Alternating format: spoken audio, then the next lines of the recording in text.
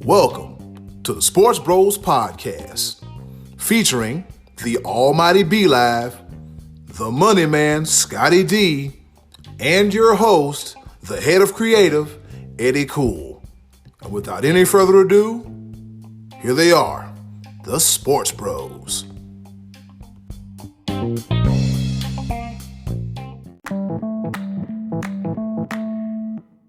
Hey, what's going on, world? This be your boy, Eddy Kool, a.k.a. the HOC. And guess what? This is episode 50. Milestone 50. Some people don't even make the 50 episodes, but 1 year later, the SportsBros Podcast, still in your earbuds, your Bluetooth speakers, your airwaves. Hey, to make a long story short, we are back like bad breath in the morning. Can't stop. Won't stop. Oh, my bad. I go by the name of Eddy Kool, a.k.a. the HOC here at the SportsBros Podcast. And if you can tell, I'm excited. I am very, very highly, Ric Flair type excited. But you know what? I got two more guys that may just be a little bit more excited than me. My co-host, we are the six-man tag team champions, the trios, if you will, like they say in Mexico and AEW. To my left, I got the almighty B-Live. What's happening? What's going on in the world today? Can you feel the excitement right now? Episode 50. This is the longest running weekly episodic. No, I'm just kidding. WWE, I'm just playing. And man, but I'm excited, man. Can you believe a year has passed since the SportsBros Podcast came into fruition? I cannot believe it. I am ecstatic. So happy to be with you guys. And man, we've got a lot to talk about. And then there's that other guy you're going to go ahead and introduce that we're so lucky to have. And the other guy, the trivia god himself, the one and only, the money man, Scottie D. Well, thank you for acknowledging that you are lucky to have me because, man, a year with you guys? Wow. Actually, I'm lucky to have you guys. This has been a blast doing this with you guys for the last year. And if you're a new listener out there, we just aim to keep on getting better and better. I would dare to say that our product today is better than a year ago. I think we've gotten a little bit better, a little bit smoother. B-Live has learned a lot from me, and that's the way it's going to continue to go. We're going to keep on working hard to give you guys some fun, entertaining sports talk, because that's what we are. We're just fans. We're not pros. And we just we set out to do this a year ago because we wanted to do it our way, and that's how it's going. So, congratulations, guys, on 1 year for the three of us together, and let's get at it. Let's keep it going. And speaking of being on a roll, Scottie D, that is a perfect segue, because speaking of rolling, the LA Lakers rolling. It's been a good week of sports altogether, but the LA Lakers, the Los Angeles Lakers of the National Basketball Association, they're rolling pretty good, man. They're rolling pretty good. They beat the Bucks 113-103 on Friday, and then they turn around Sunday and beat the Clippers 112-103. The question that I pose, fellas, is can they keep this momentum going into the playoffs? Scottie D, since you're a Lakers fan, or a resident Lakers fan, let's see what you got to say. Well, I believe it was 2 weeks ago when they played the Celtics on Sunday, and I said, man, I hope that that's the game that gets this team to start gelling and getting back together. They since have made a move and picked up Markieff Morris. Man, they looked pretty good to me this weekend. They were 0-3 coming into this weekend against the Clippers and the Bucks, and beat them both this weekend. So big step, I think, as far as their confidence goes, more than anything. There's no doubt there's talent on that team, no question. It's only one game, though. When it comes, the Clippers to me still look awfully good. I mean, it's going to be a battle, I think. I really do believe it's going to come down to those two teams in the West. I'd love to see somebody else knock the Clippers out, but as we were talking not too long ago, Kawhi Leonard probably still the best player in the league in all of the NBA. Kawhi's still the man, but I tell you, I have to admit, I was not as I guess I didn't realize how good Anthony Davis is until I've been watching him this year, and he has been better than advertised. Yeah, man. Anthony Davis, man. AD is that dude. He's good, man. He's good. Better than advertised. What basketball? That's that. I get it. Because, ladies and gentlemen, Scottie D is a big market watcher. He's he's a Lakers fan. He's a Yankees fan. He's a Dallas Cowboys fan. All he knows is big markets. So he doesn't pay attention to some of the smaller markets like New Orleans that Anthony Davis came through and Anthony Davis has been doing Anthony Davis things back when in Kentucky. Like, dude has a wingspan like none other. His shot is well above average for guys of his size. I mean, he's one of the most versatile players in the game. I honestly think he's more versatile than Giannis, in my opinion. But the way that the story is set up, Anthony Davis has no chance of being the MVP because even though he's leading the team in points, leading the team in pretty much almost every category except for assists, I'm just saying. He shouldn't be the MVP. He should. You saying he should or shouldn't? He should not. LeBron is still the motor of the team. He's still what's driving the whole team. But LeBron James wouldn't be doing a single thing if Anthony Davis wasn't on that team. Well, Anthony Davis wouldn't do it without LeBron because he's never won a playoff series, if I'm not mistaken. So that is true. So there you go. And I guess that's why I had a little bit of reservations about why the Lakers were going all in on Anthony Davis. Last year, whenever they were talking about the big trade package, I kept saying I think it's too many players to give up, too much to go to a guy who's never advanced in the playoffs. But I tell you, his skill level to me, and I did watch him play before. Not honestly, obviously not as much as I've watched LeBron because LeBron's on TV all the time, but I guess I didn't realize how well-rounded his game was. I mean, he really is well-rounded. He shoots a three, which everybody in the league does that now, but he does have a mid-range jumper. He can go to the hole. He blocks shot. I mean, he's been really, really good for the Lakers, and so that honestly, I guess I just didn't realize how good he is, but he's very, very good, and the surrounding cast of the Lakers seems to be rounding into shape at this point. You know, Dwight Howard's playing good. He didn't even play hardly on Sunday because they were giving Markieff Morris minutes, so that adds to the depth of the team.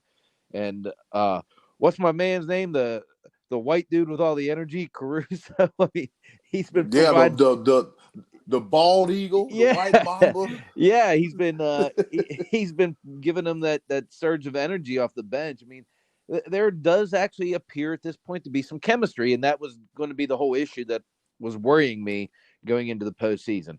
Having said that, the Clippers are right there in front of them, so it's going to be. I tell you what, this weekend though, getting a game on the Clippers back, and getting a game closer on the Bucks. I think they're only 2 games behind them now.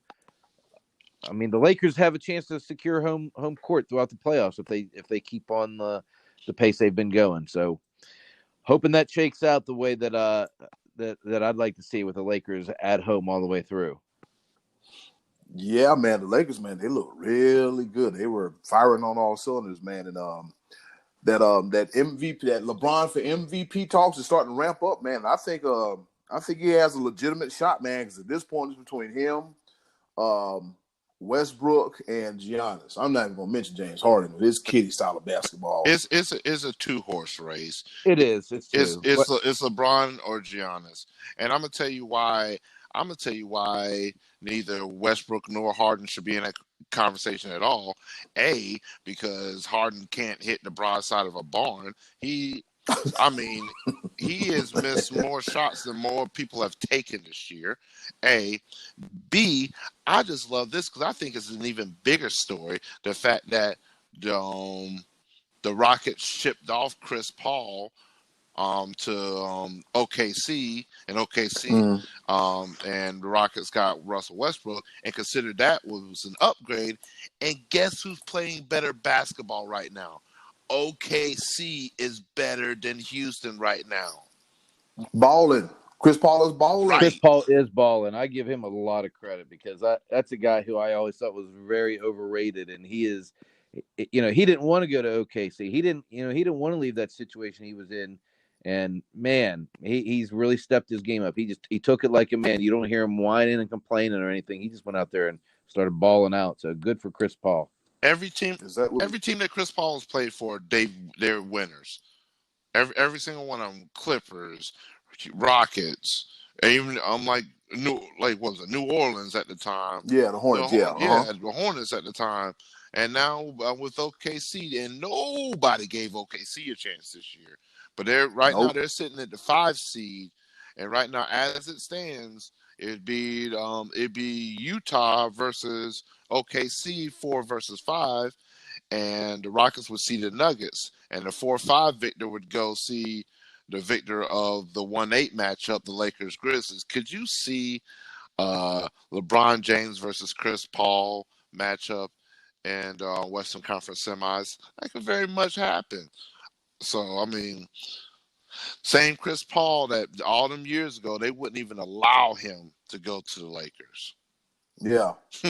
So he's been a journeyman of epic proportion, and he just continues to win. So I thoroughly enjoy it. Yep. So looking at the playoff standings right now, we got the Bucks clinched, the Raptors clinched in the East, and over in the Western Conference, the LA Lakers are the only one in the Western Conference that has clinched. I told you that little 8 battle was going to be nice between the Grizzlies and the Pelicans, and the Portland was there at one point, but I don't know what the hell happened with Portland this year. They just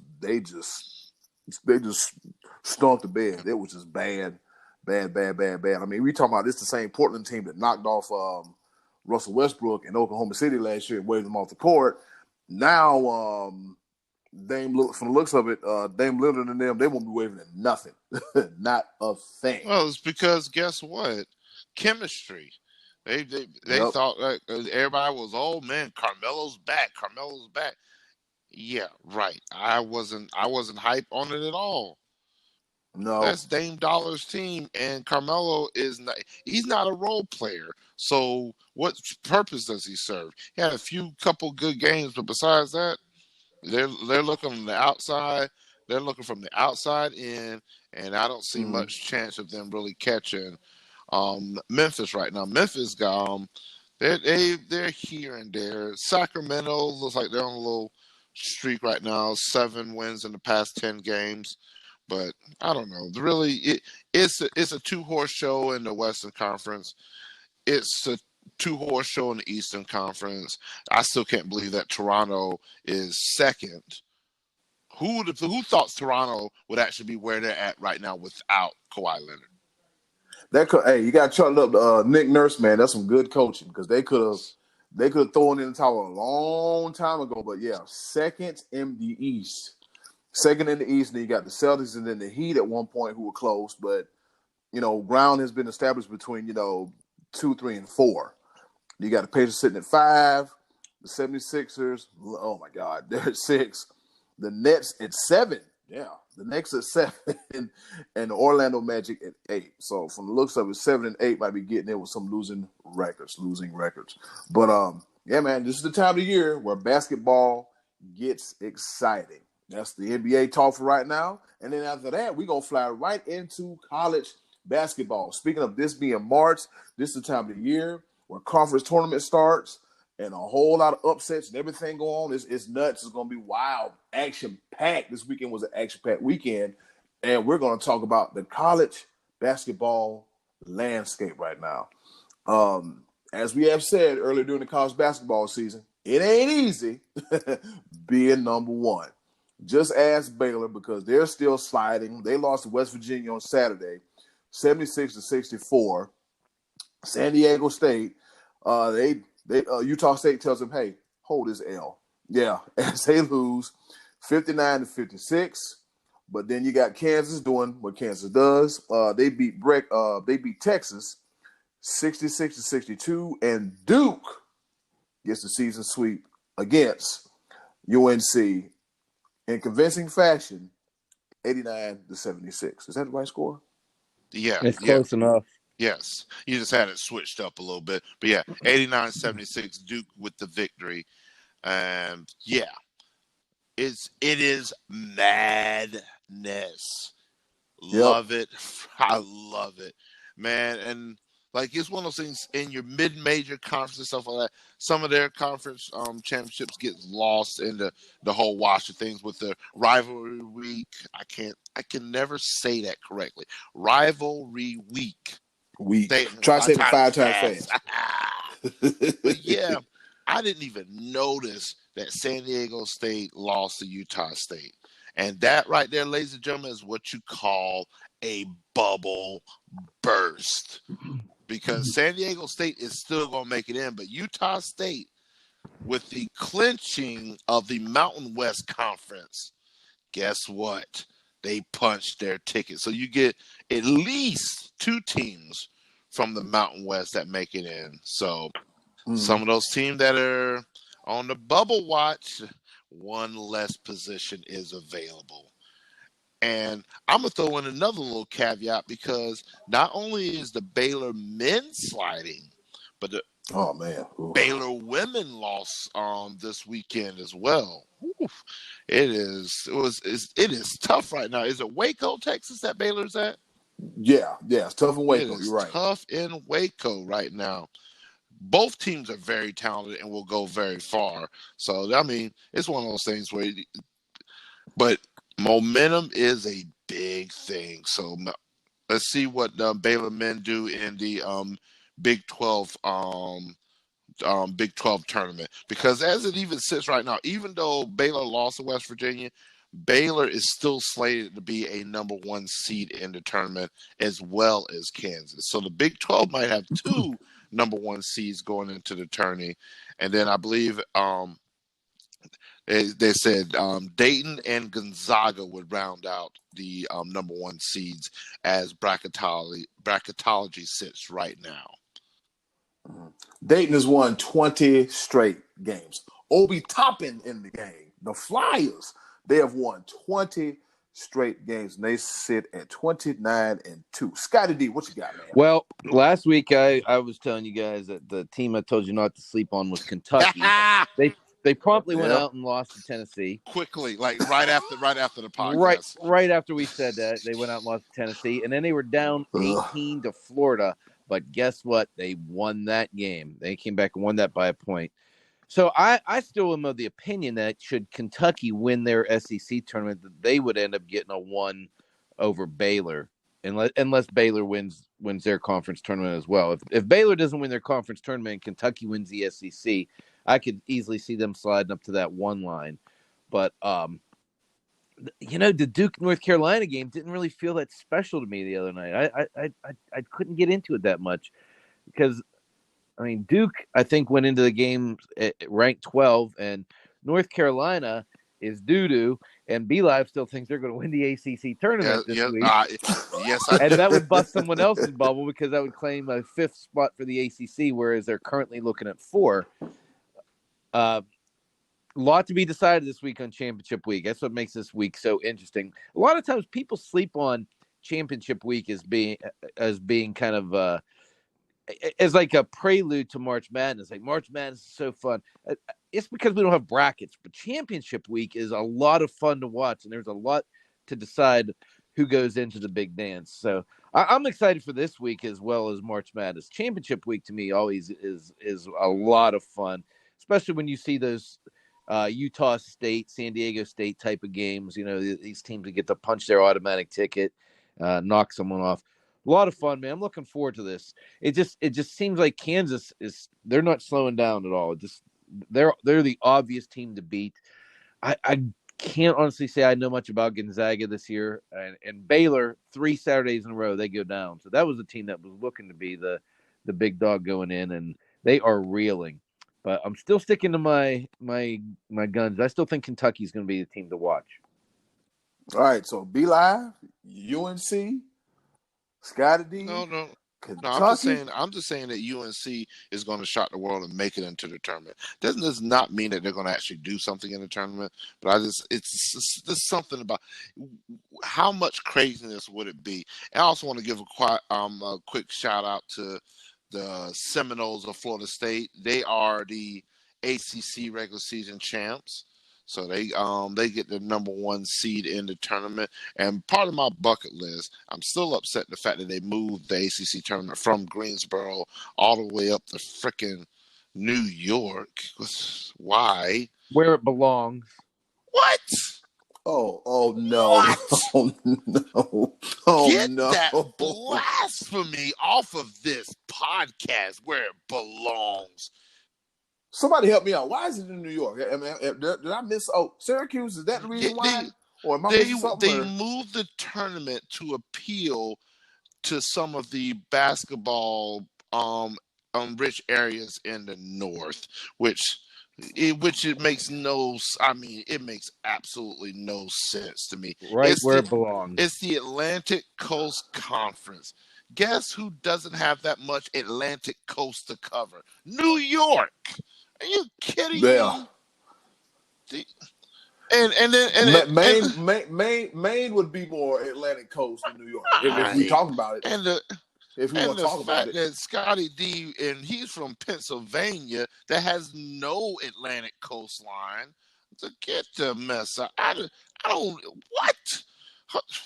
Lake Erie coastline. That's what they have. Finally, the ACC tournament has come back to where it belongs in New York. I agree with you, B Live. I just wanted to hear you throw fit. That's all. You didn't let me down. Mission accomplished. Yeah. Now I'm not even going to lie to you. Not necessarily. I really didn't understand why it was in Greensboro either. I guess the central area location, close proximity to Wake Forest, Duke, North Carolina, Clemson, Georgia Tech. Because Clemson, Georgia Tech, that's 85 right to Greensboro. So I get that per se, but I mean, it was tradition to have it was tradition to have it there. That was where the ACC headquarters was at. And then right when I was getting into my full adulthood and I was making halfway decent money, that I could think about, oh, you know what? One year I'm gonna take off. I'm gonna go to the ACC tournament. I'm gonna take in 5 days of just basketball, just madness and craziness through and through, and then they move it. You bastards. Yeah. Because wasn't the Big East tournament in like Madison Square Garden for years and years? It was. Yeah, and then that league kind of fell apart. And well, speaking of the Big East, is it UConn going back to the Big East? I couldn't tell you not a thing about UConn. UConn don't even know what UConn are. They even eligible to make the postseason with all that crazy mess they had going on back a couple years ago?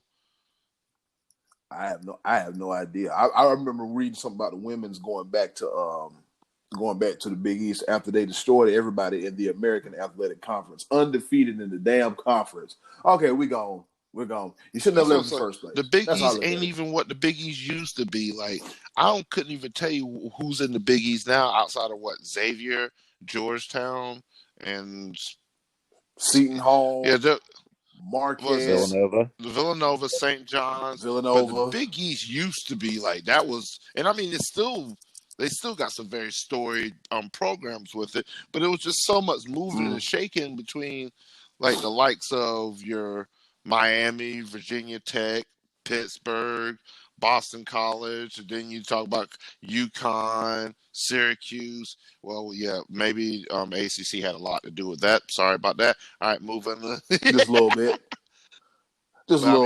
West Virginia used to be in the Big East. Now they're in the Big 12. They it was a big shakeup, and I was never a fan of that because as a Pitt fan, I loved the rivalries with Georgetown, Syracuse, UConn, West Virginia. I loved all that stuff, but the whole thing was all result from football. It was a football move. Yeah. Because the football is where the money is. And that's a shame because that was a great basketball conference for a lot of years. But it was. Anyway, times are changing, boys. Times are changing. Yep, times are changing. Matter of fact, this whole time change got my body in all All kinds of of us. ways. All of us. I think we got all of us jacked up. Scottie D want to watch fights, but he losing an hour's sleep. They're working the breaks off of Be Live, and I'm just over here like, man, what? Ain't it 9 o'clock? What the hell? Why is it 10:30 already? But anyways, in the words of the Almighty Be Live, we digress. But we are looking forward to the college basketball, the big tournament, March Madness, and pretty soon we're gonna start signing up for the Sports Bros Bracket Challenge. That's right. We're gonna do this for the second year in a row, and guess what? I'm gonna have my brackets in on time. No excuse, no BS. I got laughed at last year, but I ain't gonna. No. we got less than a week, just to let you know, because Selection Sunday is 6 days away. So, 5 days when this podcast breaks, because Selection Sunday is literally this coming Sunday, and then Tuesday is the play-in games. So like, yep. we've got a week and 2 days to fill them. Yep, we can do that. We can do that. And if any of you are interested, we'll have a post on the Facebook like page. Let us know and let's have some fun. All right, let's have us some fun. All right, speaking of fun, this will be the time of the show we talk about the XFL, but it's too much going on. The Houston Roughnecks, they're still undefeated. The Guardians beat the Renegades. The Battlehawks lose to the Defenders. And the Wildcats, they finally win one against the Vipers. We're moving past that because we want to talk about what happened in UFC 248. An executive decision had to be made before the during the pre-meeting of this show. Now, you know what? Let's go and slide this in. The XFL, we'll see you next week. We already know what's going on. We know what's happening. Quarterback play stakes. And I'm picking the Roughnecks to win it all. So let's go ahead and talk about UFC 248, headlined by the Israel Adesanya and Yoel Romero middleweight championship No, it wasn't. bout. No, it Fellas, wasn't. It wasn't headlined by that fight. No, it wasn't, because after that fight, that was not a headliner. That was a snooze fest. They should be ashamed of themselves. I get it. Terrible. It was, yeah. I'm saying you respect towards each other's game plan. You don't want to get caught slipping. You don't want to lose in such fashion when you get knocked out, because you know what the other guy is capable of. But when the referee has to pull you two guys aside and say, "Hey guys, the judges don't know how to score the fight because you've done nothing," that's not a headliner. Dana White, I'm pretty sure, had an in-depth conversation with both fighters after that fight, because the entire world was like, do something. Or as the money man would like to say, do better. So, yeah. And the thing about that fight is, I didn't hear a whole lot of noise. It was none. None. Like, I woke up Sunday morning, I caught the line, okay, the last style bender wins. All right, cool. But the fight that made the most noise was Weili Zhang and Joanna Dreszczyk. Okay. I know I butchered the name, but we gonna roll it. It's gonna be Dreszczyk today, tomorrow. Jujajek is pretty much the way you're supposed to say it, but I've heard it pronounced 1,000 different ways. But exactly. So we need her to confirm this is how Joanna you pronounce the name. Yeah, Joanna Jujajek. So yes, and from the looks of that fight, Be Live memes spiked again. I tried. I really did. When I saw because it was on Sports Center after the fight was over, and I saw the post interview, I was like, "Oh my god, that's Quasimodo." That's the first thing I thought about. I said, "You know what? Yeah, I'm gonna leave this alone," because I felt like it was gonna be slightly disrespectful, because she got beat up and suffered some injuries, and I was like, all right, I'm gonna leave this alone. I'm gonna leave it alone. I ain't gonna do it. Somebody's gonna do it. Somebody savage enough in the internet world is going to do this. And I woke up the next morning and I didn't see it. I said, well, screw it. I can't just let this go. The savage inside of me just could. I'm going to be the internet, and the internet is undefeated. I'm going to be undefeated today. So I don't know. I had to do it. I hope a speedy recovery to her. I don't wish injuries on anybody, but geez, I just Waylay put them things on her. I want to just give you a quick little recap. Waylay landed 165 significant strikes. Wow. 165, 5 rounds. That's an average of 30. Let me see. Let me do some quick math. 33 significant strikes around. Wow. In Yeah. 5-round fight. Wow. Joanna, Man. on the other hand, 186 significant strikes. So she outstruck Waylay. Like, and if I saw this correctly beforehand, Waylay going into this fight, I guess the last 5 fights, her opponents landed 76 significant strikes in 5 matches. Joanna almost tripled that in 1 match. So they were throwing them things in the match. So Guys, that fight stole the show. That absolutely stole the show the other night. While it was going on, Rogan and DC Daniel Cormier was doing the fight with him. They were actually saying while it was going on, this is a Hall of Fame fight. This one's automatically considered one of the best fights ever, and it really was. Joanna, that hematoma you saw, that actually Joe Rogan said she had a Frankenstein head. She sustained that, I believe, in the 3rd round, and it was about the size of a tennis ball, and just ended up just spreading over her forehead, and she had no quit in her. With under 10 seconds left in the fight, she threw a spinning back fist and cut Zhang Weili right at the end of the fight. I mean, they fought this thing to the very end. When Rogan went to interview Zhang Weili, she was in tears because it was such a hard-fought battle, and you could just tell that she was relieved to have won that fight. I say run it back. Once these girls heal up, I mean, we got to have a rematch with that, because if you would have told me that Joanna Jędrzejczyk won that fight, I wouldn't have been able to disagree with you. That was seriously one of the few fights I really didn't have much of an opinion on, because it was so brutal. I personally thought it was 4-4, or I'm sorry, the 4 rounds were split. It was 2-2 going into the final round, and that Zhang Weili correctly won that final round. That's how I saw it. But there was so much action to decipher that, you could say, all right, I understand why a judge would have gone the other way with it. That was just a complete standing ovation fight from everybody. I mean, that's a tip of the cap to those women for going at it. They really both went after it. They held nothing back. They had nothing left to give. On the other hand, that takes us to the main event. Now you're amped up after that fight, and you're thinking, all right, we got another good one coming. And it was just a stylistic nightmare. I mean, these guys didn't match up. Ugh. First of all, Yoel Romero should probably not have been in that fight. The fact of the matter is, he lost his last 2 fights, and both of them could have gone either way.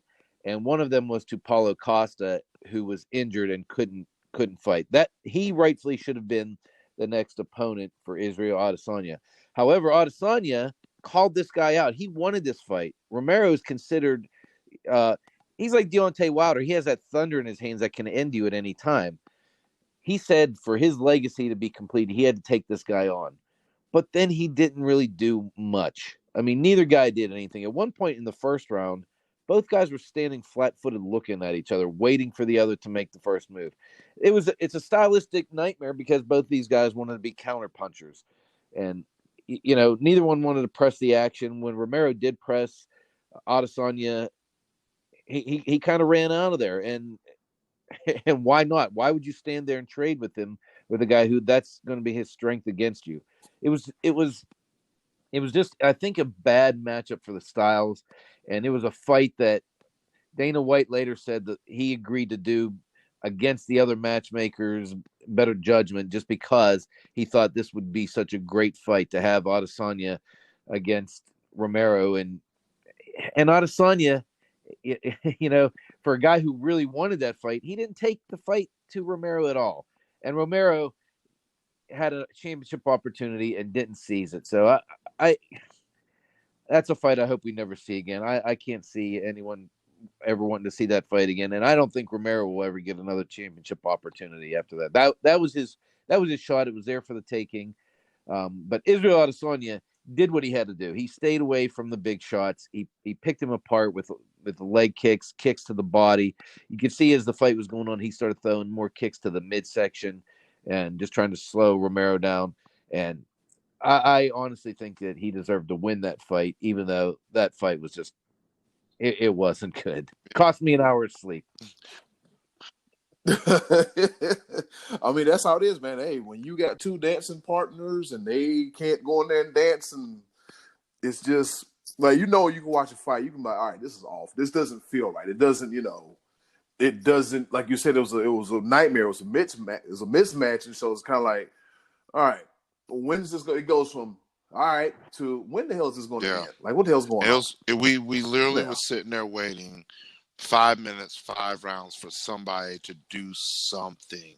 And right. Hit him! Do something! Scott, you said that the first round strikes was 4-3. 4-3 in favor of Romero. That was the official it's like CompuBox and boxing, but however they officially added up. And that bothered me a lot about Adesanya, because I kept thinking, if he wants to win this round, all he has to do is throw out a series of leg kicks, throw some inside leg kicks, and just outpoint him, and squeak out this first round. And he didn't do that either. It was a sad first round, and the fans, it only took the fans a minute before they started booing him. Yep. It was just no action at all. Everybody was frustrated, particularly because the women had just put on such an incredible show in that strawweight championship right before that. But it was a smart fight by Adesanya. He'll move on from this, and he'll put on some good shows. He'll put on exciting fights. But that was probably the last ditch effort for Romero, who I believe is 42 years old. It's two counter punchers that were waiting for the other guy to make a mistake, and neither guy made any mistakes, and it dragged on. It was just a dud for fans to watch. Grab your partner, do-si-do. I'm gonna kick you, and I'm gonna go the other way.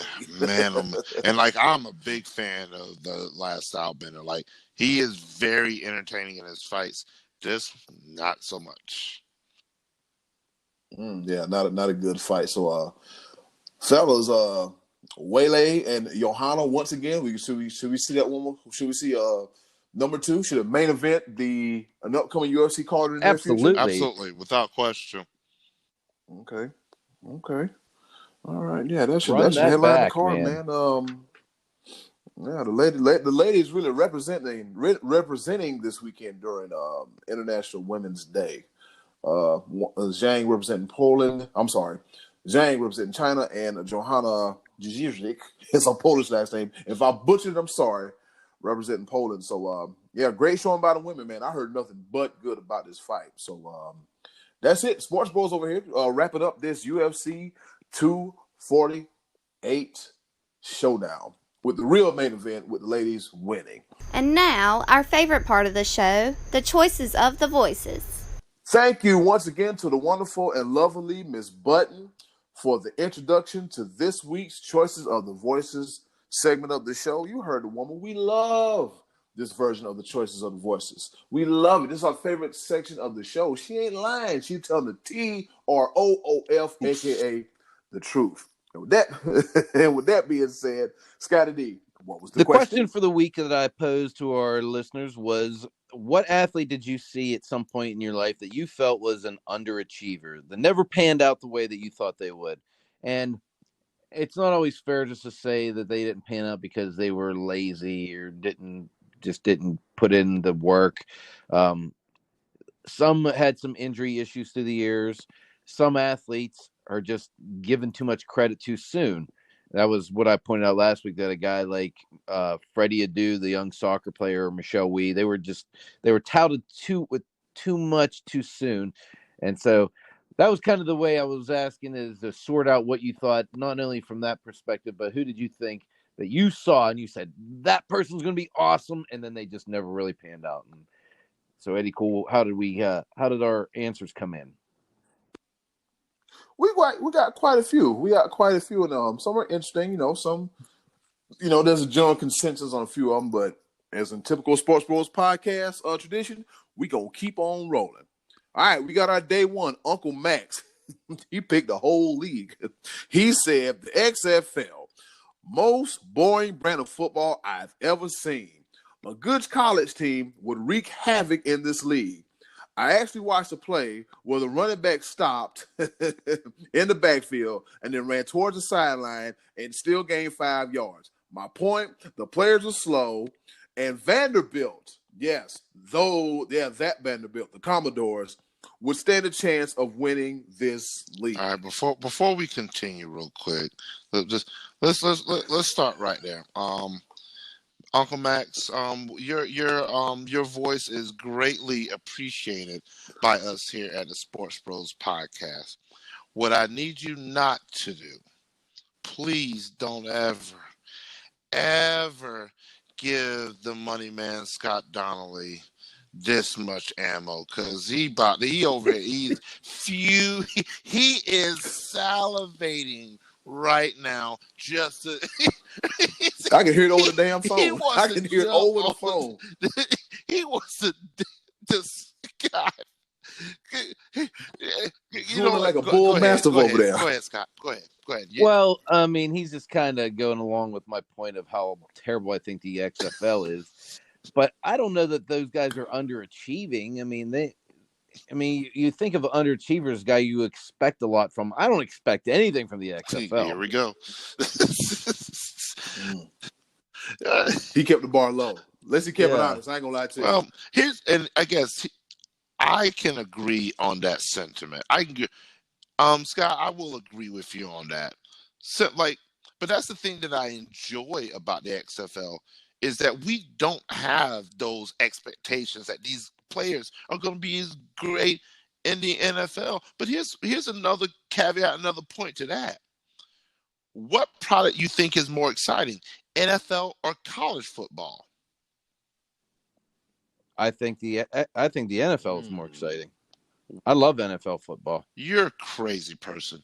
You've lost your ever-loving mind. For you to sit here, but every week there's a threat to lose in the NFL. But I mean, Clemson didn't play a meaningful game this year until November. They had no competition. So why has it got to be? So first of all, not only are you not going to sit here and disrespect my team.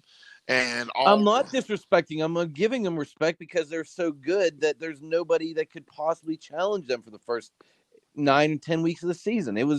That's not exciting. I didn't find any Clemson games exciting this year. I barely watched them because they were blowing the doors off of everybody. I can understand that, but it's one of those things. The reason why Clemson has to blow teams out of the water is because if you don't, guess what? You slide down the polls just like Clemson did all year, and you gotta be sitting here like, okay. So then the top 4 teams that made the playoffs last year, they had about a combined probably 4 good games during the regular season. That's not exciting. Now the playoffs, very exciting. National championship, very exciting. But overall, I think week in and week out, the NFL has more games that are exciting and meaningful. Well, I don't like the fact that with NFL, they're already spreading rumors that the Carolina Panthers are going to tank the 2020 season to get Trevor Lawrence. I don't like that at all. Yes, I saw that too. I would like to see Trevor Lawrence at Carolina, but we still have a great quarterback. Hopefully, like I said, I want him to be healthy. But the reason why I say we're having this conversation about Uncle Max, everything about the XFL, is that I ask that question because if you have the lowered expectations, like you're not going into it and comparing it to the NFL, then I think you have a very exciting league, a very interesting league. Yes, it's going to be a little bit tough to get behind it because you don't really know the players that are playing. So it's one of those things like we all have a vested interest. Like right now, Scottie D, you have a vested interest in Dak Prescott. You might not like him, but he is the leader of your franchise, and he's turning down $105 million guaranteed, which is just mind-boggling right now. What exactly is he trying to prove? But you have a vested interest because you know the backstories behind him. When it comes to my New York Guardians, I don't even know who our backup quarterback is, let alone the lead quarterback that got benched, Matt McGloin. I don't know a single thing about him. But yeah, Matt McGroins.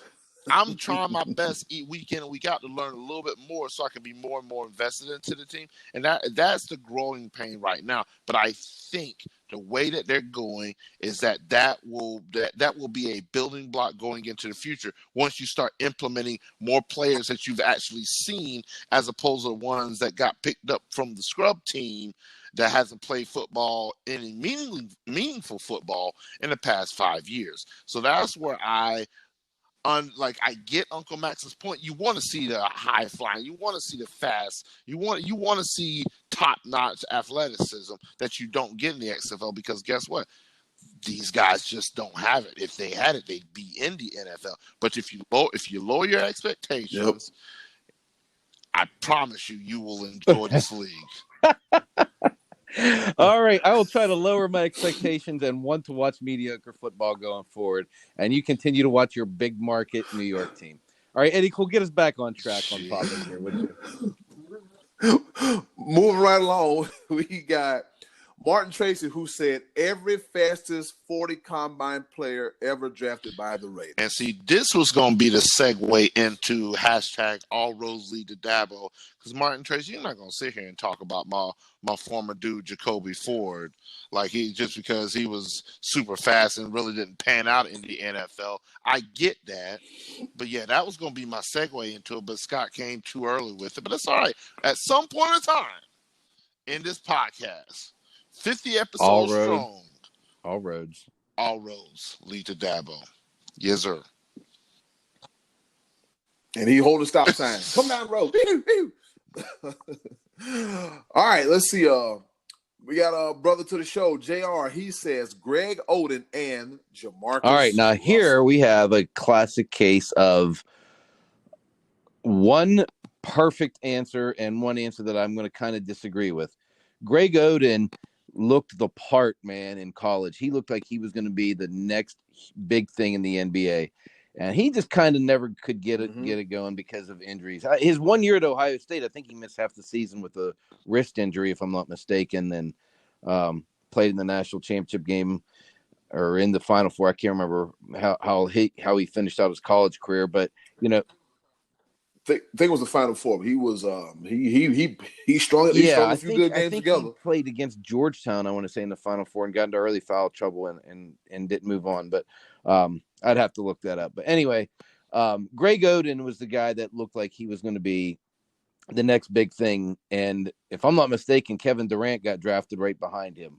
So there's a guy that you could say never really quite lived up to his potential. He underachieved. He did get a little bit of role play later in his career, I think, with the Heat, and bounced around a little bit. Jamarcus Russell, I just think he was never that good. I think he was a good college player, but I don't think he had the skills to be a top NFL quarterback or an NFL quarterback, period. I mean, I think he'd have a hard time making an XFL roster, to be honest with you, at this point.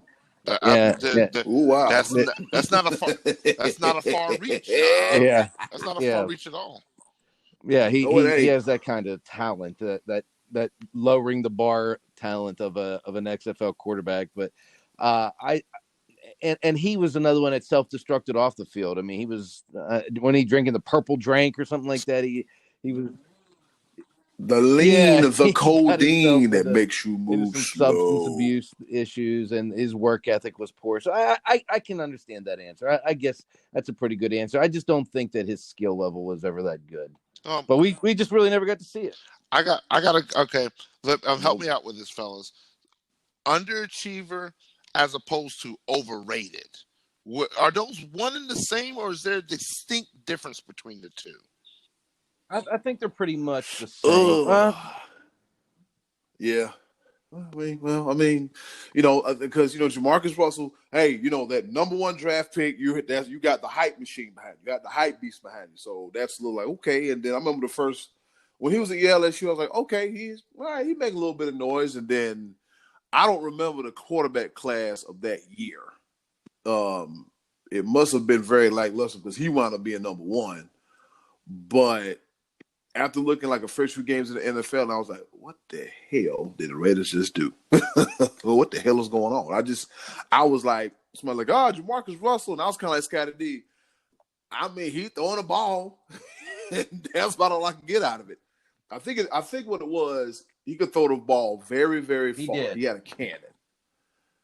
Yeah, he had a cannon. I think that was the selling point. That was that's what made that was. And he was big and strong. He was huge. Yeah, he was big and strong because at the time, Big Ben was. Oh my God! I'm sorry. Go ahead. I'm laughing because I looked up the draft class that Jamarcus Russell was the 2007 draft where he went number one. The next quarterback that got drafted was all the way down to number 22, which shows you how thin it was. And that was Brady Quinn. Yep. And then, oh God, that was awful. Then you have to that was a horrible year.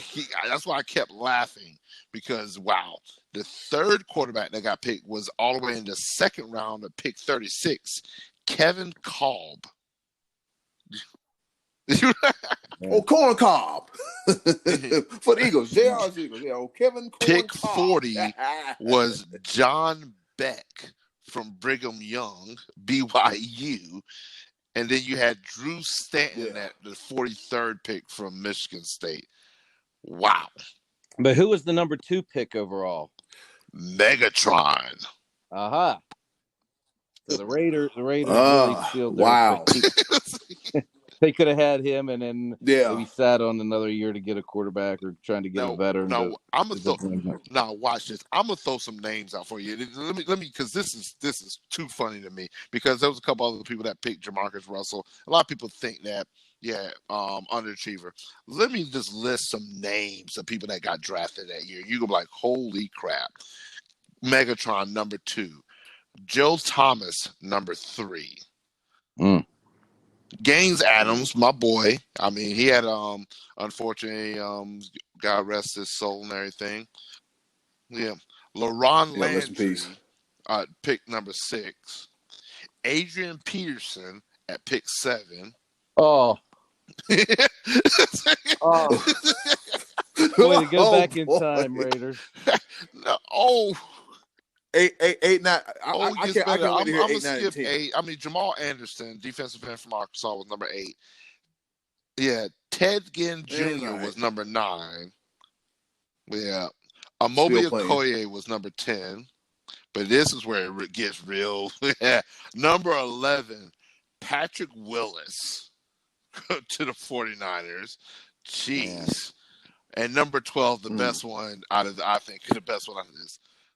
Beast Mode, Skittles, Marshawn Lynch at number 12.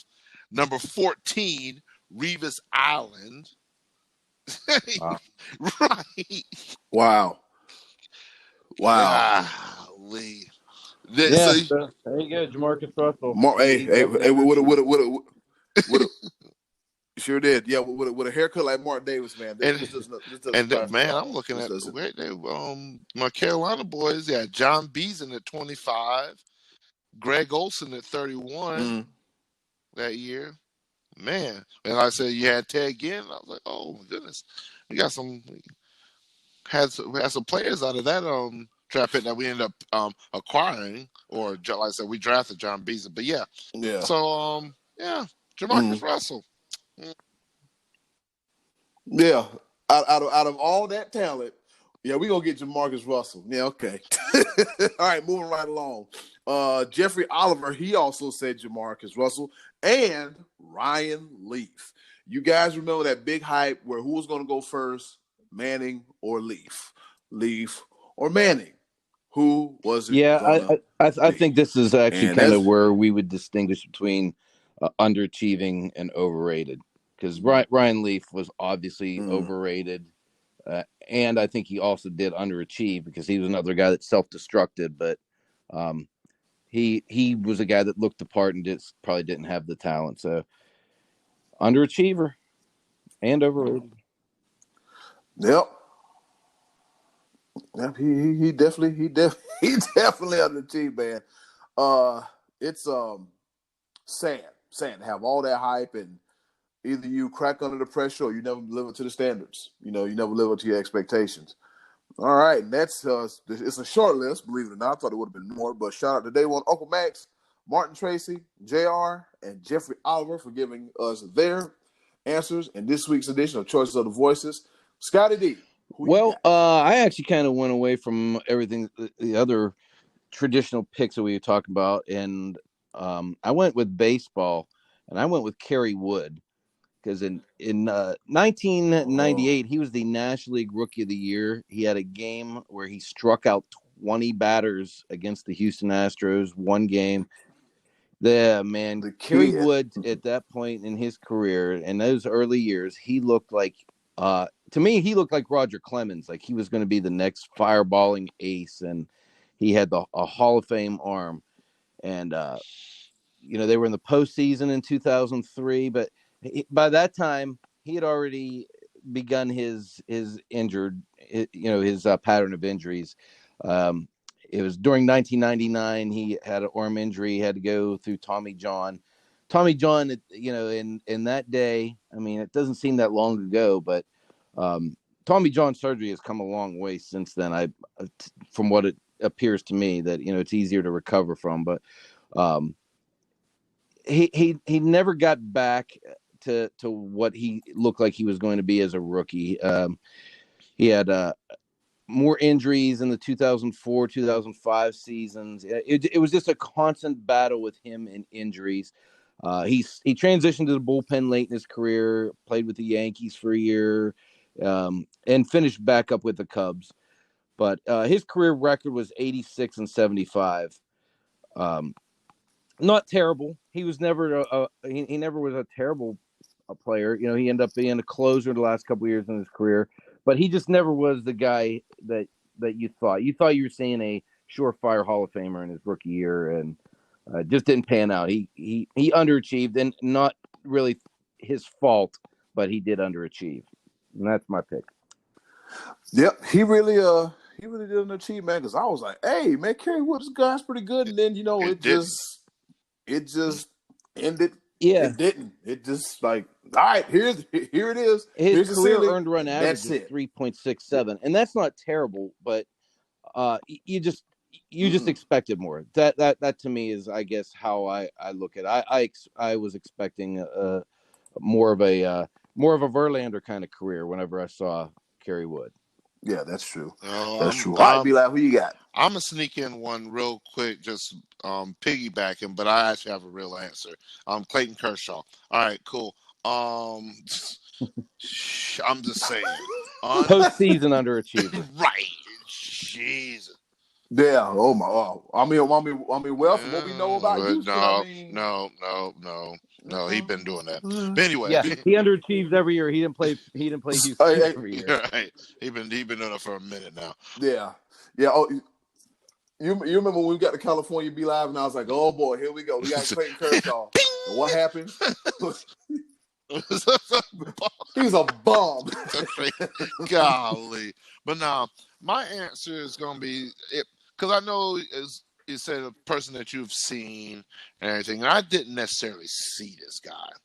But just with my roots, my family roots from Maryland, and just growing up college basketball and just the stories behind it, it was a tragedy in the same note as well. I think the biggest underachiever is Len Bias. Like, just such a, like, literally. He died. Well, of course. And he laughs. Yeah, but now, the reason why I say that, listeners, pardon his insensitivity. Yeah, Jeez. we apologize. But the reason why I say that is that I mean, you're talking about a guy that literally after Michael Jordan got drafted number 3, mind you, he takes on the mantle and wins back-to-back ACC Player of the Year. He is on the ultimate hype train. Like, this guy is nearly unstoppable at the University of Maryland. Some analysts say that his skill set was better than Michael Jordan's, and he gets drafted number 2 by the Boston Celtics and goes out to celebrate, and 2 days later overdoses from cocaine. We will never, ever know. And just, can you imagine if he'd have played? If it'd lived? Yeah. Wow.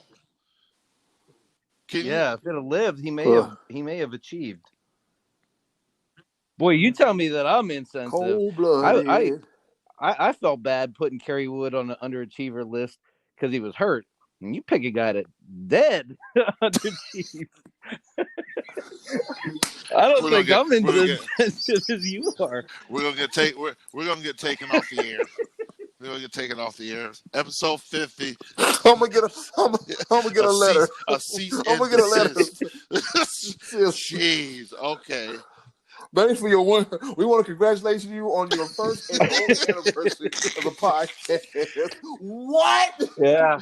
We just getting started. Yeah, you right. He definitely underachieved. Ain't no question about that. He achieved nothing in the NBA. That's very underachieving. Wow.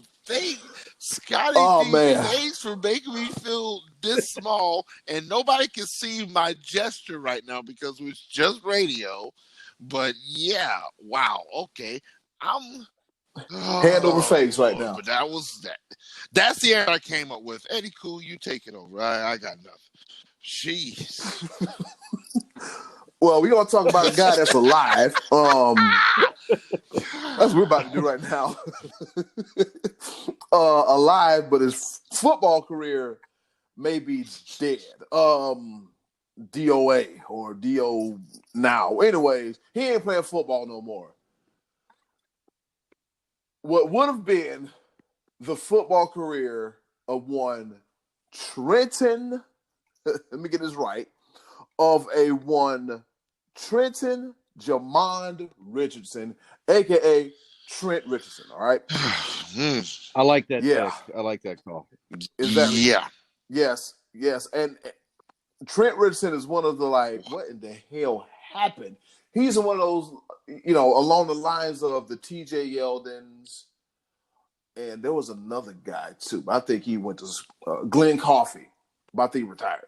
Another one of those long storied lines of great running backs, other than Sean Alexander, who tore the league up and left with the quickness. Trent Richardson was one of those Alabama running backs that we saw he had the talent. He was 5'9", 230. I mean, he had that innate ability to run the football in between the tackles and catch out the backfield. And the kid was pretty good. Matter of fact, I had him on my fantasy football team his rookie year, and he tore it up for me. He literally tore it up for me, and I had him as a all-time flex. He had 950 yards and 11 touchdowns, and then he had 51 receptions for 367 yards. Yeah. That's a pretty solid rookie campaign. That's real solid. And then the other shoe fell. The following year, he only played 2 games. Only got 105 yards total. The following year he came back. He had 458 yards, and then after that, he wound up getting traded. In the middle of the 2013 season, he got traded to the Colts, and the second year with the Colts was his, per se, second best year in the league. 519 yards, 3 touchdowns. Never had 1,000. Played a couple. Never had 1,000.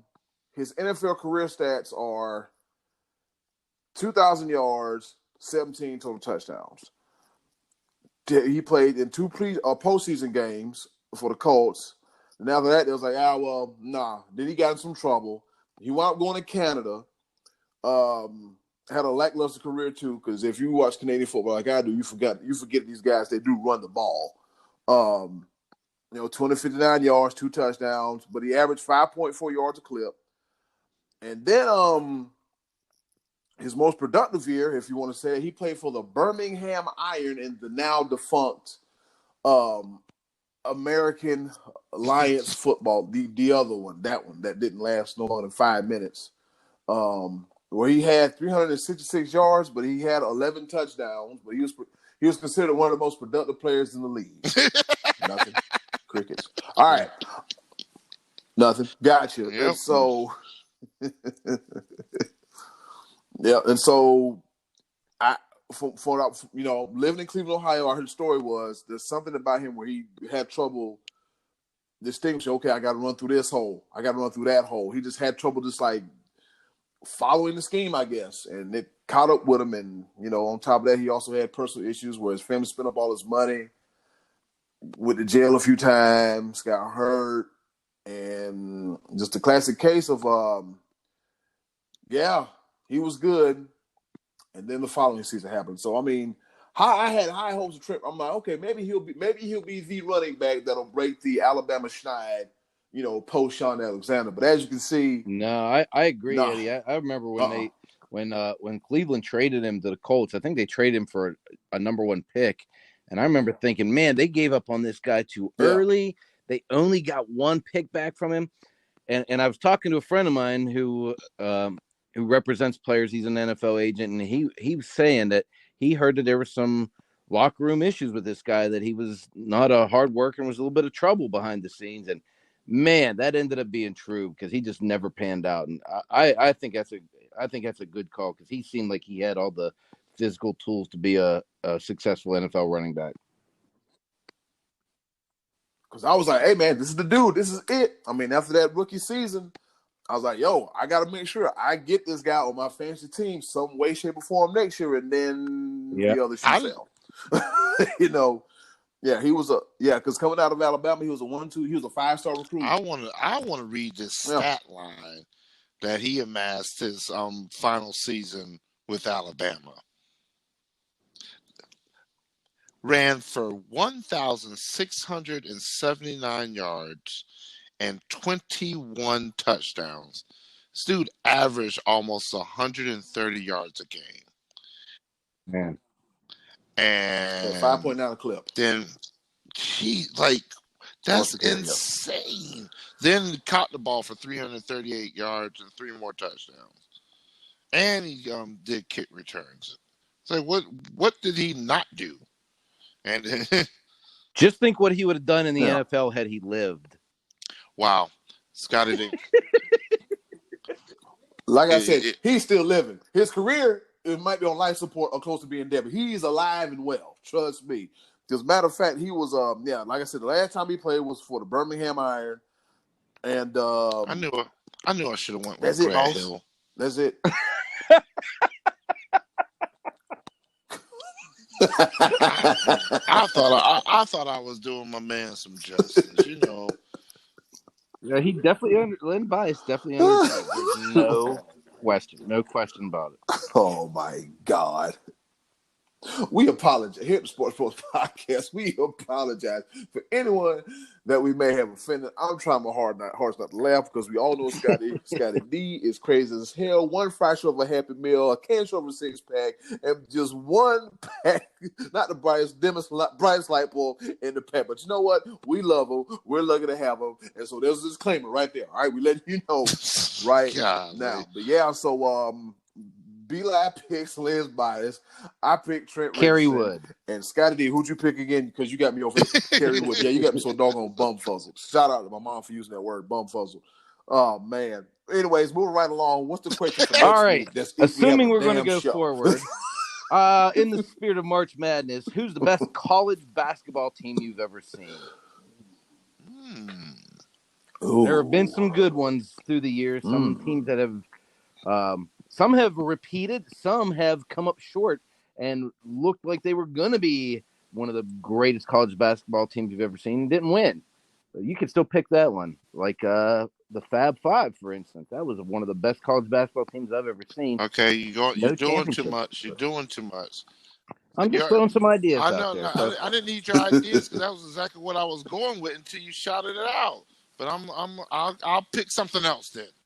Okay. God, Okay. always doing too much. Just ask the question. How could you have had time to even been ready with your answer at that point? Because that's the first team I thought about with just the raw talent. Like, well, every time you had a whole week for today, and you came up with a dead guy. So shut your face. You have time to come up with another answer for next week. So that's one. Who's the best college basketball team you've ever seen? Voices of the Voices, episode 51.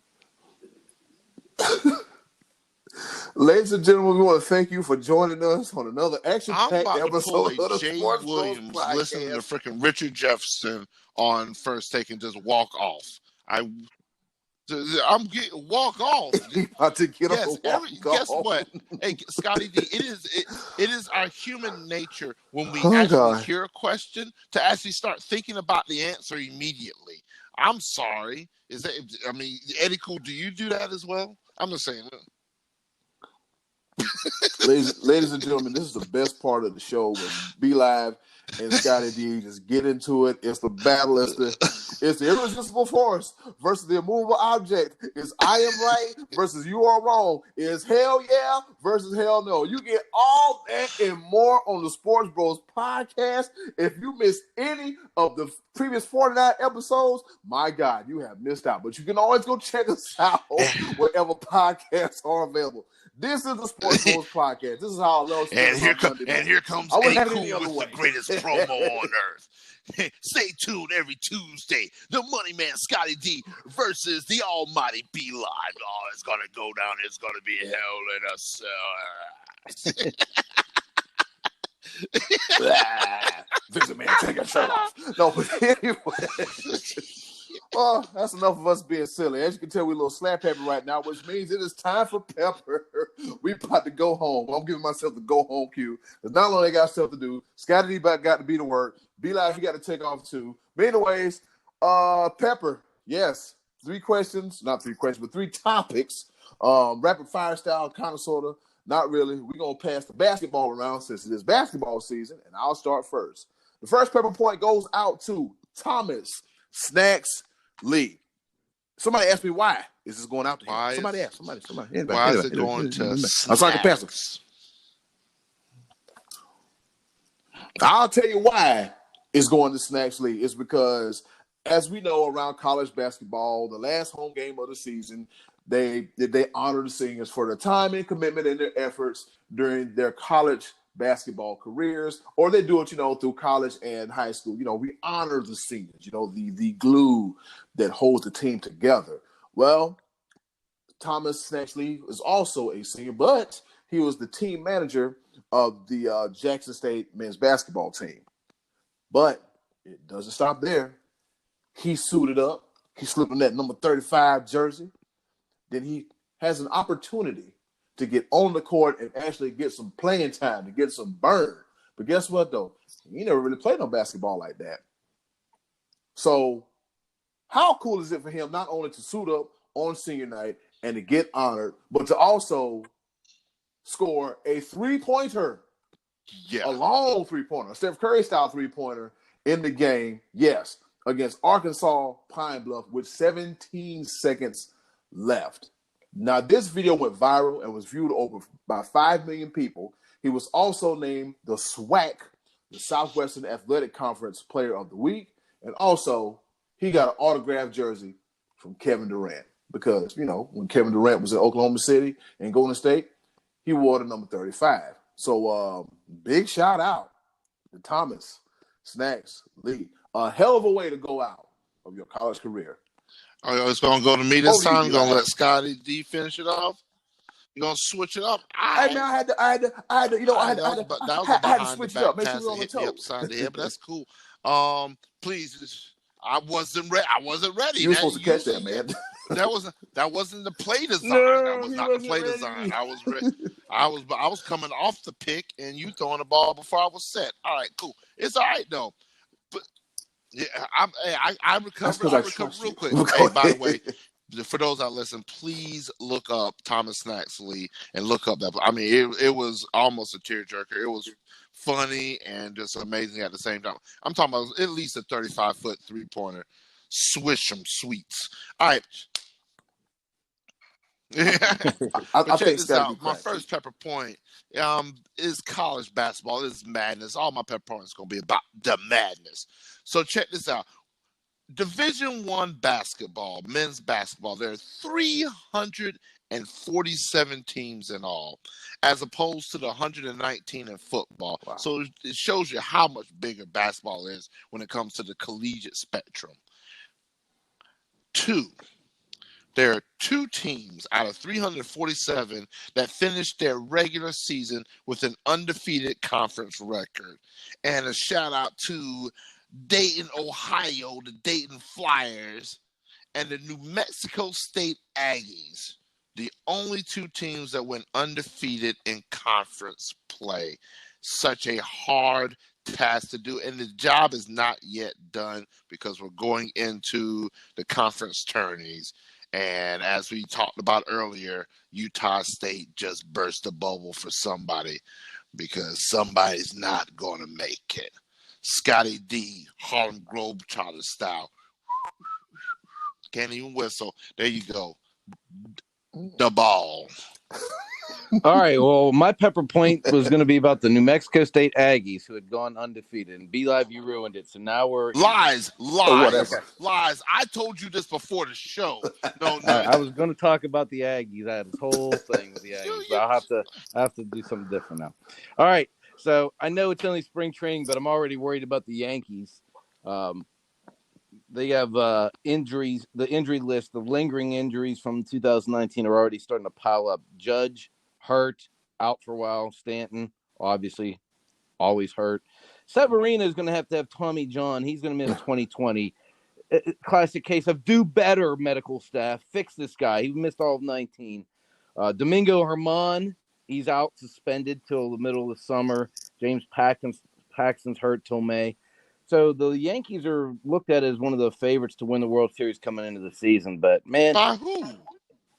Vegas, the odds. That's Oh, what I'm saying. They're looked at as one of the favorites to coming into the season, and by me as well. And the injuries already have concern. So that opens the door already early for some of these other teams to rack up some wins. Hopefully the Yankees get healthy. But if not, Tampa Bay Rays always lingering right in there, and hopefully the Red Sox will suck again. So that's just an early tidbit of information from the injury front. Eddy, Kool, over to you. Okay. Meanwhile, in Houston, bing, bing, bing. All right. My second pepper point goes out to the Lady Gamecocks of the University of South Carolina. Why? Because they win their 5th conference title in the last 6 years as they defeat an always tough Lady Bulldogs of Mississippi State 76-62. Man, I'm telling you, man, Dawn Staley, she got those girls cooking over there. She got them cooking, and they got something special over there in Columbia, man, at the Bonds Skywars Arena Center, whatever you want to call it. So shout out to Lady Gamecocks. They get ready to go in this here tournament and do some damage. Number 1 overall seed. Who you with? Cock-a-doodle-doo! Gamecocks. Let's get it. All right. I was ready this time. And yeah, I guess the Yankees are favored too. Yep, and then they get hurt. And so yeah. All right, cool. So go Braves. Braves are 4th best odds to win it all. Fear to chop on. You already know it. Let's get it. All right. My second pepper point. March Madness. We alluded to it a little bit earlier, but I just want to emphasize the fact that for the first time ever, North Carolina, the Tar Heels, are dead last in the ACC. The ACC right now, according to bracketology, has only 4 teams in. The Big 12 might be slated with 2 number 1 seeds. Like, the whole world has been turned upside down. Scottie D says Kentucky is gonna. They had that momentum, and then right as soon as he opened his mouth, I mean, BS came out, and I smelled it over the internet. Internet waves. It stunk. Wow. I was like, Kentucky? What? Really? Yeah. Kentucky's never going to be successful with this one and done strategy they got going on, and it's starting to show. And I think this year, above all, is really starting to show that one and done is not the way to go. Duke has been struggling. Kentucky's struggled. But you're seeing these mid-major schools just come up from nowhere. And so I'm looking forward to it. It's madness, baby. All right. Scottie D, the ball. All right. Yeah, I know. I said Kentucky, look out for Kentucky, and then they lost. And then you said North Carolina is going to win the whole ACC, and then they lost a couple more games too. So it's the tournament starts. Tournament starts today. Starts tomorrow night, or yeah. Today, we'll say we record on Monday. It's broadcast on Tuesday. Y'all know what it is. To our listening faithful, to those that are new to the program, yes, we record a day prior. All right, cool. All right, so the Dallas Cowboys have made an offer to Dak Prescott that average value of $33 million a year would actually be, until Mahomes signs, the richest contract in league history. And I'm too distraught to go into it anymore. Eddy, Kool, over to you.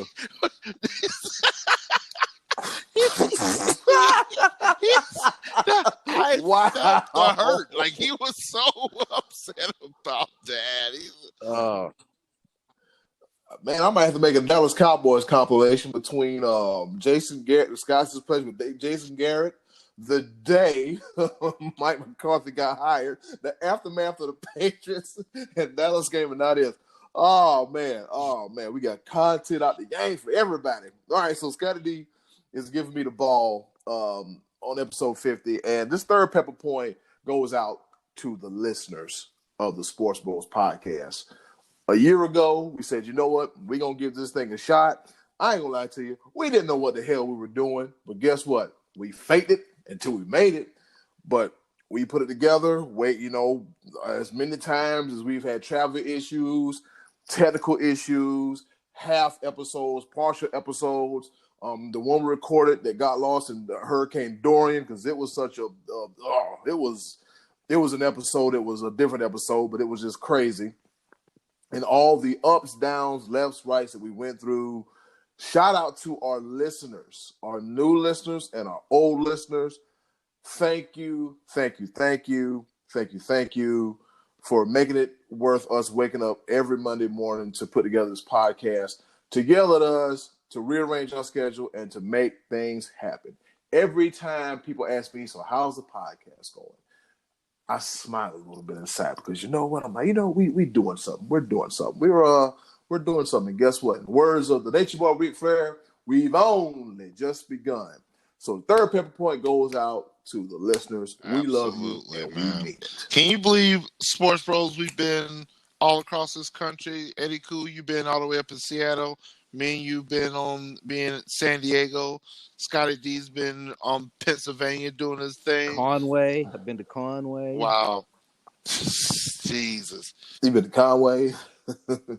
I've been to Lorraine. I've been to Cleveland. I've been to Akron. Well, actually passed by Akron and passed by the Hall of Fame in Calabash. I've been. But yeah, we've been everywhere, man. Oh, I Calabash miss it. is great. I miss it. Seafood is phenomenal. But yeah, let me just. Man, it's been quite the journey, and like you said, it's only just begun. Thank you to all the listeners, man, that's endured all of this with us, and it's because of you that we continue to grow and get better every single day. So we greatly appreciate you. And my third pepper point, speaking of fans, it is a great season to be a fan in Eugene, Oregon. Can you imagine going to every single home game and watching your team win each time? Well, this current college season, Oregon football, men's basketball, and women's basketball have combined to go 39-0. They have not lost a game at home. That's incredible. And the sky is the limit. I think Oregon women definitely have the tools to make it very far in the tournament. Ionescu is playing otherworldly. Like I want to say she's close to averaging a triple-double, which is unheard of in college basketball, men and women. So, I mean, she is Miss Everything. And just, I think it would be a great finish to what an emotional season, because she was very close with Kobe Bryant and his family and everything. And if I'm not mistaken, I believe she was a mentor to Gianna Bryant. So Ionescu for Oregon Lady Ducks, hey, win it all. Please, for somehow, some way, beat Eddy Kool's Lady Fighting Gamecocks. Nope. I knew he was going to go there. I'm like, he fit to be a West Coast. Nope, not today. No. You appreciate the sentimental connection, all that, but we got a ship to win. Scottie D, yes, sir, we finish do. this pepper off the ball. All right. I'm going to finish off by giving a little shout out to my hero, and that's my dad. I called my dad Sunday evening and I said, "How you doing?" He said, "I'm a little depressed because I am watching." Want to fill in the blanks there, guys? Nope. Can't be Clint Hurdle. XFL. I wasn't going to say it. I wasn't going to say it. I wasn't going to say it. I knew he was going to another dig at XFL. Go ahead. He was watching the XFL and he said, "This is so bad, Scott. The quarterbacks are terrible." And, guys, it just made me think, you're lucky to have my dad, because he's the one that passes all this kind of stuff down to me. He's my hero. He's where I get it from. And so the Sports Bros podcast is lucky to have Jerry Donnelly, my dad. So, it just validates how I feel about the XFL to hear my dad completely distraught watching the awful quarterback play that I went into so detailed about last week. And having said that, thank you again to our listeners. Thank you guys for doing this with me every week. 1 year anniversary. We're very happy with that. We're very proud of that. And I greatly appreciate that. So that's all I have to say about that for the week. Looking forward to the next year. Yep. And Apple don't roll too far down the tree. I like the way you did that, Scottie D, because you left me in a position, in a place where I can't bash your father. So I'm just going. Yeah, okay, cool. Yeah. I'm not gonna do it. Daddy Donnelly, we appreciate you, sir. Yep. Jerry. He was the source of me finding the light and becoming a Cowboys fan and a Lakers fan. So I can say that too. So the influence, his influence, his fingerprints are all over. He's all right. Eddy Kool, just grab Amtrak this thing, because he's testing me right now. Okay. I'm trying to behave. He keep pushing the button. I'm over here like, I'm trying. Yes, Mr. Donnelly, you're fine, man. He's over here like. I ain't gonna talk bad about this man daddy over the airways. I'm not fit to do it. All right, so with that being said, we about to get the hell up out of here because we got stuff to do. Scott, real quick, Josh Norman might be the newest member of the Buffalo Bills, aka Carolina Panthers North. 1 year deal, $6 million, base value up to $8 good million. fit up there. I think anybody? I love the fact that Ron Rivera has kicked them off of 2 teams now. Yeah, exactly. Wow.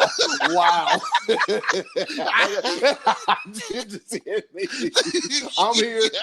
You know what? You get out. I'm here, or you got to get the hell out. The first order of business: get your ass off my team. Go. That's bad, man. Yeah, I saw that earlier today. That's the first thing I thought. I said, "Oh my god." This man got kicked off of 2 teams. I hear him now. I want to leave anyway. No, Ron got your ass 8-6 Josh Norman. That's what happened. All right. With that being said, this has been another episode of the Sports Bros Podcast. But hopefully, unlike Josh Norman, we won't get kicked off any teams. So, Scottie Come D, find me at where can they Wildman reach you? Where can they Cafe find on you? Wednesday night at 6:46 p.m. It's trivia night down there, and as always, visit us at Beast Ninja on 501. Yep. And if you're trying to get Scottie D to be your trivia guy, holla at him. Jump in them DMs, and he gonna talk some money, baby. Some money with you. All right, be live. Where can they find you? Other than St. Louis. Check this out. You can find me at a Max Speed Shop here in Fayetteville, North Carolina, 482 North McPherson Church Road. Man, I'm gearing up for one of the biggest tap takeovers that I've been a part of. The 50 taps of courtesy of, well, not courtesy of anything, I paid for them. Wicked Weed Brewing out of Asheville, North Carolina. That will be happening Thursday, all day Thursday. With we have live music there at 8 o'clock. We're going to be doing a charity function for service dogs, for the military. Chance to win a motorcycle by way of Speedway Harley Davidson in Charlotte, North Carolina. There's a lot of big things really happening right now. You can find us, the Sports Bros Podcast, on all these social media sites. Check us out. Our Facebook like page is where you get the majority of our material. We're inching toward 900 likes. Oh my goodness, it's so close, so close. Appreciate everybody. Appreciate the love and support. Just look us up, Sports Bros Podcast. You can look me up. My name is Brian Livingston. My profile is public. I ain't got nothing to hide. You can check us out, Sports Bros Podcast, on Instagram at Sports Bros Podcast. Find us on Twitter at Sports Bros PCast. Check out our YouTube page that is still growing, still under construction. There's still some of our older clips from What Happened Wednesdays. Still trying to do What Happened. Be doing that periodically as well. And if you have any comments, questions about the show, hit us up on our email, sportsbrospodcast@gmail.com. And man, again, greatly appreciate it. 1 year, 50 episodes. Love it. Eddie Kool. Yes, sir. Well, and that be me. That leaves me, the head of creative, the elevator of this thing here. Here at Sports Bros Podcast. Check me out on Facebook, Eddie Kool. Not my real name, but you kind of sort of get it. Also, you can catch me on that thing called Snapchat, or Snapchat, as the kids do it. Was it Super Cool 5000, all one word, and another 5000. Also on Instagram, Cool Season, all one word. Twitter at The Real Eddie Kool, and also on the Sports Bros Podcast, any kind of related social media content, I'll be there. Like bad breath in the morning. Fiddy. Any final words? 50 of them things. 50 of them things. No, I'm good and for to go, the man. 50th time, we'll be live. You got anything to say? And in closing, for the 50th time, do something nice for yourself. And if you can, do something nice for someone else too. They will greatly appreciate it. Number 50, 1 year in the books. Yes, sir. Sports. Yes, sir. Bros Yes, sir. Podcast. We love you. Bye. Killing me. And I'm out.